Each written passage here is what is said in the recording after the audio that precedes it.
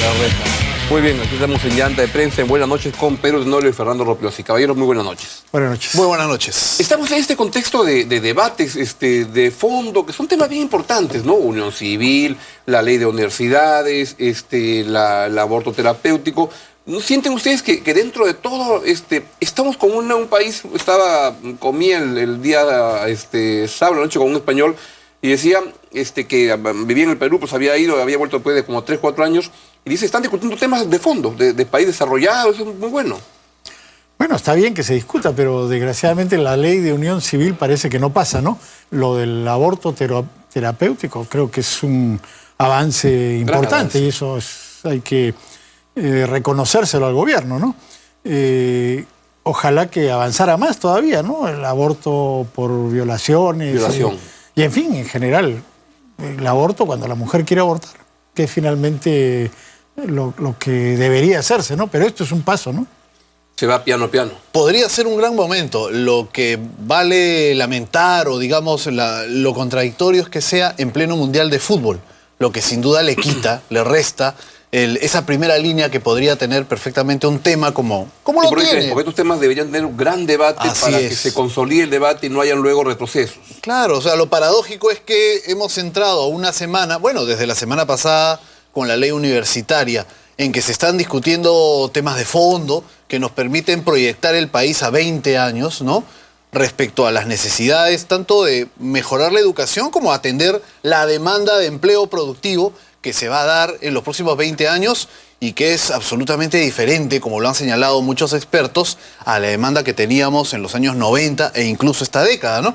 Pero toda esa discusión que puede ser la prolongación de este tema de la ley universitaria, más lo que acabas de mencionar y tu invitada anterior, el aborto terapéutico, el aborto para otros casos como el de violación, se está dando ciertamente de forma muy participativa, porque hoy en el día, y creo que eso también vale la pena reconocer, has tenido por parte del gobierno, no solamente a los responsables del sector salud, sino también la ministra Carmen Omonte, como ministra de la Mujer, claro, defendiendo la norma, yendo a los medios de comunicación, haciendo política, que es lo que se le reclama a este gobierno. Y también has tenido los representantes que están en contra, ¿no?, del protocolo. Que están en su derecho de salir a Así es, y además en todos los medios importantes también, con lo cual se enriquece la discusión. Pero se da en el contexto en que probablemente la mayoría esté con los ojos en un evento tan importante. O sea, que solo podemos discutir de temas de fondo cuando estamos medio adormecidos por los goles de Ghana y Alemania y todo va pasando. Bueno, y la presidenta también que se ha manifestado a favor, entiendo, ¿no? En ambos casos. En ambos casos. Sí, claro.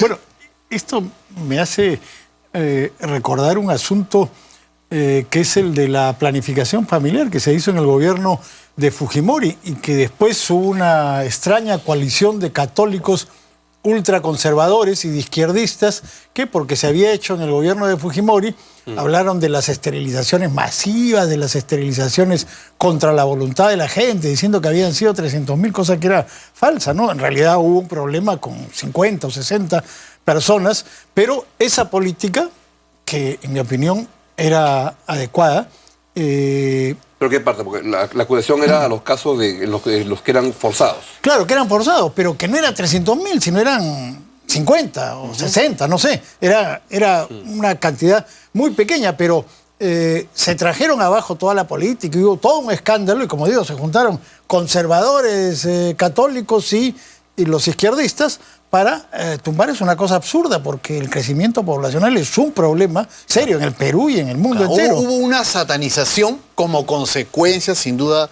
de casos muy puntuales pero graves, como fueron estas esterilizaciones en realidad, forzadas. Porque fue en el gobierno de Fujimori. No, pero luego vino esta satanización que fondeó el tema. Que se usó en el 2011, por ejemplo, en la campaña de Humala. Y que le hizo bastante daño a Keiko Fujimori. Le hizo daño, ¿no? Pero en realidad tiene una política adecuada, ¿no? Ahora, otro elemento que valdría la pena recalcar, rescatar de este debate, en realidad sobre un hecho ya consumado, porque la publicación del reglamento ha convertido en un hecho de vigencia el aborto terapéutico, que durante 90 años, como lo ha explicado tu entrevistada, era simplemente una excepción, claro, como delito, pero no se materializaba, al menos en la forma. Hoy ya lo es. Pero esta discusión incluso se tuvo de manera consistente y permanente durante el gobierno de Alan García. El último gobierno, esos 5 años, cada vez que iba un ministro de Salud al Congreso, había un grupo de parlamentarios que le pedían novedades respecto a este reglamento que tenía que salir del ministerio. Y siempre fueron pateando el asunto, que había que revisar, que había que mirar, que tenían que pedir la opinión de un experto. No había decisión política en un gobierno como el de Alan García para impulsar este asunto. Y ha sido el de Ollanta Humala, que me imagino yo formaba parte de su plan de gobierno. Uno de los elementos era sacar adelante esto y finalmente ha cumplido. Entonces tienes a un ejecutivo que ha salido a defender y a otra parte del ejecutivo que ha llevado adelante esto, que era un pedido, un reclamo, y que sin embargo en otros gobiernos que se presentan también como de avanzada y muy liberales, a la hora de la verdad, escamotearon el asunto. ¿Y el APRA y el fujimorismo cómo se han pronunciado? Lourdes Flores ha salido en contra. Pero el APRA y el fujimorismo como que están todavía silenciosos. No ha habido mayor crítica, y es porque comparten desde la perspectiva del ejercicio de las libertades este punto de vista. Hay algunas voces, sí, que no han visto con buenos ojos esto. Marta Chávez, por ejemplo, pero ella dentro del fujimorismo es el lado más una posición. Exacto, ¿no? Pero otras figuras no han aparecido en plan de oposición, como Lourdes Flores, que no me extraña. Pero a lo que voy es que en el gobierno anterior, que probablemente comparten la bandera, pesó más el ánimo de no quedar mal con algún sector de la Iglesia Católica. Por eso es interesante lo que dice Monseñor Cipriani, ¿no? Con toda libertad para exponer además su posición. Su derecho. ¿No? Ollanta Humala se comprometió a no mover ese tema, ¿no? Y bueno, lo hizo. Como probablemente, no lo podemos afirmar, pero pudo haber ocurrido quizás lo mismo en el gobierno anterior, como que de hecho no ocurrió, no se movió. Ahora, no sé si lo manden al infierno Humala, pero está en 20% de aprobación. Ahora, ya vive su purgatorio. En el limbo purgatorio, pero lo curioso en la encuesta ayer lo explicaba Hernán Chaparro. Ahora, ¿me permite solo para redondear? No creo que este tema del aborto terapéutico le sume al gobierno ni siquiera un cuarto de punto. Ni le baja ni le sube. Ni le baja ni le sube.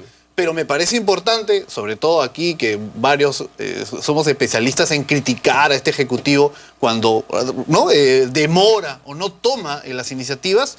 Me parece bien que no mediando cálculo lo político, sino el ánimo de cumplir con algo que viene pedido por diversos sectores, ha dado este paso. ¿Sienten que el gobierno está como moviéndose un poco a hacer cosas en el último mes, una cosa así?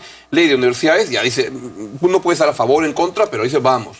Lo del aborto terapéutico, lo de su paquete de medidas, dice, lo del ambiente, son temas complicados, pero dice, vamos por ahí. Como que es un gobierno que comienza a moverse.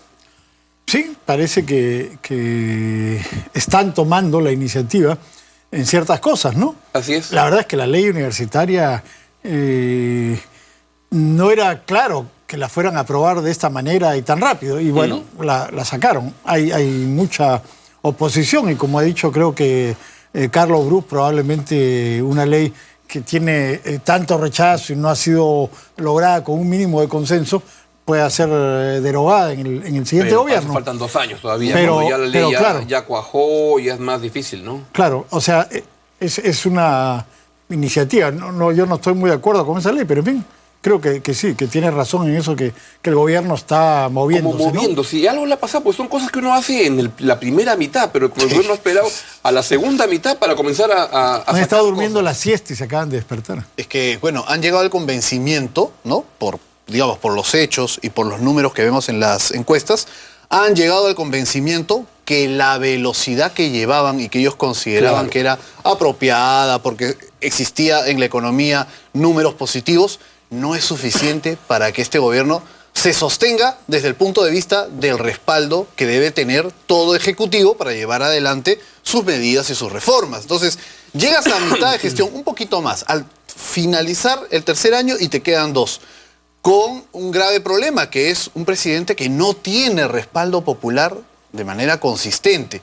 Y si tú quieres acometer ciertos emprendimientos relevantes para el país y tienes una bancada que no necesariamente tiene todas las de ganar, requieres entonces recuperar un espacio. ¿No? Claro, no tiene todas las de ganar, pero ahí va. Claro, pero por ejemplo, se vio claramente cuando se votó la investidura de René Cornejo de que esa mayoría pendía de un hilo, ¿no? Digamos que parecía el tiro de Chile al palo contra Brasil. Entonces creo que allí se convencieron de que el trabajo tenía que ser integral. Por un lado, intentar recuperar a esos aliados que se estaban yendo para el otro lado, porque inicialmente el gobierno hacía cómoda mayoría con Perú Posible y con otros que están allí que se dicen de oposición, pero siempre votan con el gobierno en el Congreso. Pero ante la opinión pública, clarísimamente, y lo revelan las encuestas, ellos durante un año han tenido un serio problema de credibilidad, de falta de respaldo, que se traduce en que el liderazgo del presidente se había licuado, ¿no? Entonces, estas medidas que se están tomando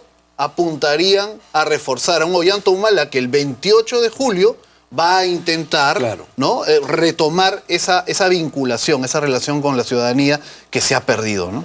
Y para eso coloca pues a los Urresti y a otras figuras que van a ir ganando espacio en estas semanas o meses como una manera de mostrar, ¿no?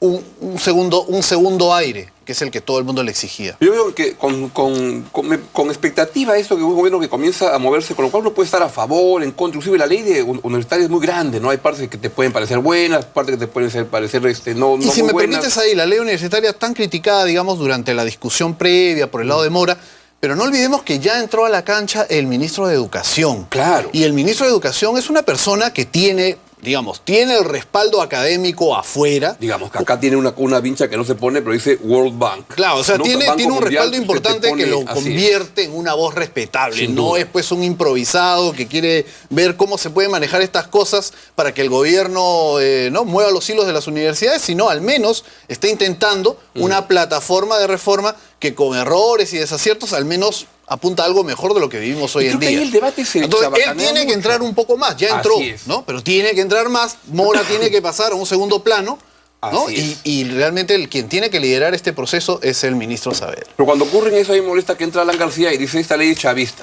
No, sé, no es chavista, pues, o sea, no sé, dile otra cosa, te equivocaste, pero como que maleas el debate. Ahí te tienes que le bajas el preguntar nivel. cuántas universidades controla el APRA y con esta ley, si se aplicara objetivamente, dejaría de controlar. No sé cuántas, pero sí podría decirte que... Hay varias. Chan, chan, chan, chan, chan, chan, chan, chan. Vamos a una breve pausa y venimos.